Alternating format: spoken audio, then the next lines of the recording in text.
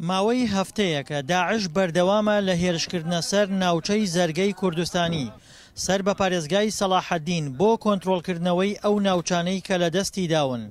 بەڵام پێشمەرگە ڕێوشۆنی سەربازی توندی گرتووەتە بەر و سەرجەم هێرشەکانی داعشی تێکشکاندووە. دووشەوە دیارە داعش هێرشەکات سەر سەنگەرەکانی پێشمەرگە بە توندی وەڵامیان داتەوە.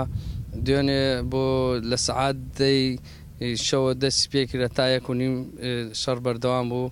هێزی پێشمەرگەی کوردستان داعشی بەزان و بە توندی وەڵامیاندانەوە و جەنازەی زۆرش لێکەوتووە ئیمشیشات جەنازەکانیان بردەتەوە.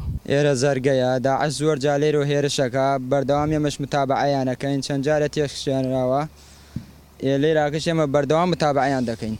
چەکدارەکانی داعش بۆ خۆگەیاندنە سەنگەرەکانی پێشمەرگە زۆربەی کات لە شەواندا و لە ڕێگەی بەلەمەوە لە ڕووباری زەرگە دەپەڕنەوە و پێشمەرگەش سەرقاڵی تونند و تۆڵکردنی سەنگەرەکانی و چاودێریکردنی ناوچەکانی ژێردەسەڵاتی داعشە.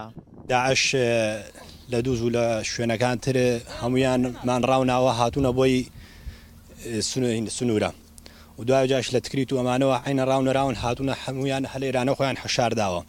ئیستاگاوەتان لەو بەرئاوەکەوە لێەوە ینی حساوە لە ئێمەوە دیارن. خۆشبەخشانە ئێمەش ئەم سنوورەمان پاراستەوە ئەوانیش ینی دایمەن لە هێرشکردناتان و دایمەن لە هجوومکردناتان و شەوانە ینی دێن لە ڕبای پێشمەرگادن و تەقاکەن و هاوە نەگرن و ینی زۆر دەکەن یەشتانە ماون.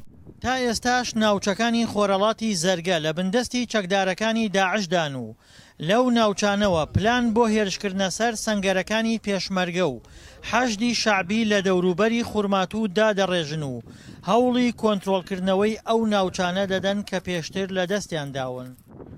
هەتا چەند مانگێک لەمەوبەر ئەمە بارەگای سەرەکی داعش بووە وەکەوەی کە دەبینین ئەوە لۆگۆی ئاڵاکەی داعشە.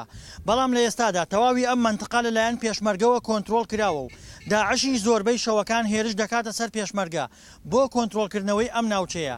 بەڵام لە ماوەی دووسێ شەوی ڕابردوودا پێشمەرگە توانیوێتی بەرپەرچی هێرشەکانی داعش بداتەوە. دڵشاد ئەنوەر، دەنگی ئەمریکا، پارێزگای کەرکووک.